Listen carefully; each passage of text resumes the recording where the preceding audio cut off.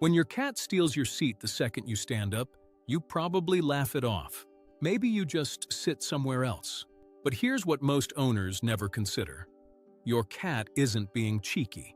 They're sending you a signal, one that's rooted in instinct, trust, and something researchers are only now beginning to fully understand. And if you've been misreading it all this time, you've been missing one of the clearest messages your cat knows how to send. Here's what that seat-stealing behavior is actually telling you. 1. They're harvesting your warmth, and it tells you everything about how they see you. Let's start with the science, because it's stranger than you'd expect. A cat's normal body temperature sits between 101.5 and 102.5 degrees Fahrenheit. That's significantly higher than yours, which means their body is constantly working, burning metabolic energy just to maintain that internal heat. Every hour of every day, that engine is running. Your warm seat is a cheat code. The moment you stand up, that cushion holds a concentrated pocket of your body heat. Behaviorists call it a thermal ghost, the physical imprint of you, still present even after you've left. When your cat drops into that spot, they're not wasting energy heating it themselves. They're borrowing yours. But here's what makes this more than just physics. Your cat has options. Sunny windowsills, heated blankets, that one warm patch of floor near the radiator. They're not choosing your seat because it's the only warm spot in the house. They're choosing it because of whose warmth is in it. That distinction matters more than most people realize. 2. They're rewriting the territory, with both of you in it. Cats don't experience the world the way you do. They live in it through smell. And your favorite chair? To your cat, that isn't furniture. It's a scent archive. Hours, maybe years, of your unique olfactory signature soaked into the fabric. When your cat settles into that spot, they're not just sitting, they're working. Scent glands along their cheeks, flanks, and paws are pressing into the surface, layering their own markers over yours. They're not replacing your scent, they're blending it. In wild cat colonies, shared scent is how family is defined. It's the invisible proof that says, these animals belong together. When your cat merges their smell with yours on the same surface, they're performing an ancient ritual of inclusion. They're folding you into their colony, declaring that you and they share a single, unified identity. That seat isn't just a seat to them. It's where the proof lives that you belong to each other. And if this is making you look at your cat differently, good. Subscribe so you don't miss what's coming next. This channel exists for the people who actually want to understand what their cat is saying. 3. Your cat thinks you chose the safest spot in the house, and they agree. Veterinarians who study feline behavior describe this next piece as one of the most revealing things your cat can do. And it comes down to something most owners never think about. In the wild, cats occupy two roles simultaneously. They are predators, and they are prey. That double existence never fully leaves them. No matter how pampered your cat is, some part of their brain is always running a quiet background assessment. Is this place safe enough to let my guard down? Here's the logic your cat is running. You, the largest, most dominant presence in their territory, just spent time in that spot. You were relaxed, unhurried, unbothered. To your cat, that is objective evidence. If the big cat felt safe enough to rest there, that spot is verified. They're not stealing your seat. They're trusting your judgment about where safety lives. 4. The chair is a fortress, and they know it. Domestic furniture, from a cat's perspective, is tactical infrastructure.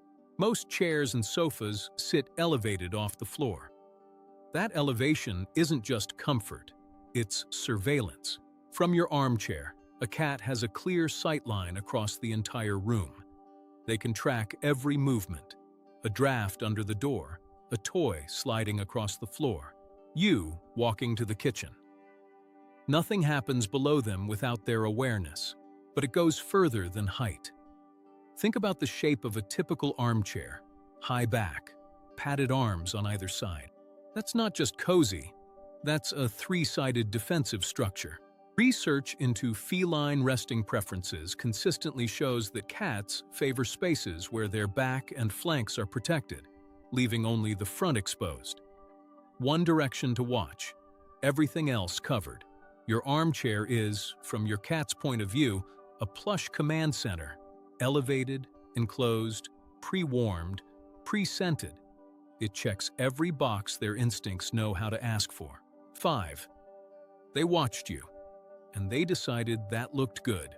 Cats are more observant than most people give them credit for. They study the people they're bonded with. They pay attention to where you go, what you do when you get there, and what your body language says about how you feel in that moment. And here's what your cat has noticed. Every time you sink into that chair, something shifts in you. Your shoulders drop. Your breathing slows. You look comfortable, settled, at ease. Your cat doesn't need language to understand what that means. They understand it from watching.